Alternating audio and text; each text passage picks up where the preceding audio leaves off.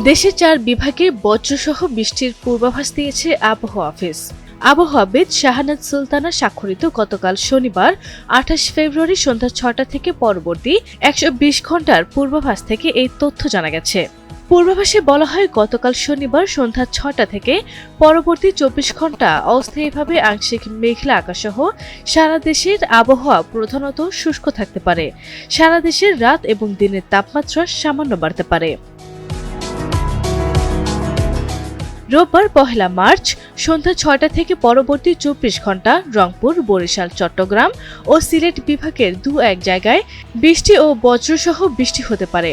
এছাড়া দেশের অন্যত্র অস্থায়ীভাবে আংশিক মেঘলা আকাশসহ আবহাওয়া শুষ্ক থাকতে পারে।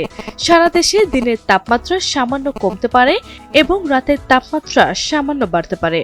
আগামীকাল সোমবার 2 মার্চ সন্ধ্যা 6টা থেকে পরবর্তী 24 ঘন্টা চট্টগ্রাম ও সিলেট বিভাগের 2-1 জায়গায় বৃষ্টি বা বজ্রসহ বৃষ্টি হতে পারে। এছাড়া দেশের অন্যত্র অস্থায়ীভাবে আংশিক মেঘলা আকাশসহ আবহাওয়া শুষ্ক থাকতে পারে। সারা দেশে দিন এবং রাতের তাপমাত্রা সামান্য কমতে পারে।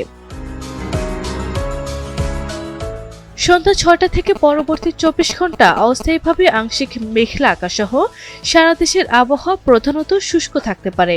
সারা দেশে দিনের তাপমাত্রা সামান্য বাড়তে পারে এবং রাতের তাপমাত্রা প্রায় অপরিবর্তিত থাকতে পারে। আগামী বুধবার 4 মার্চ সন্ধ্যা 6টা থেকে পরবর্তী 24 ঘন্টা অস্থায়ীভাবে আংশিক মেঘলা আকাশসহ আবহাওয়া শুষ্ক থাকতে পারে। সারা দেশে দিন এবং রাতের তাপমাত্রা প্রায় অপরিবর্তিত থাকতে পারে। বর্ধিত 5 দিনের পূর্বাভাসে বলা হয়, দিন এবং রাতের তাপমাত্রা সামান্য বাড়তে পারে। আরভি ইসলাম হিমু, এনটিভি অনলাইন।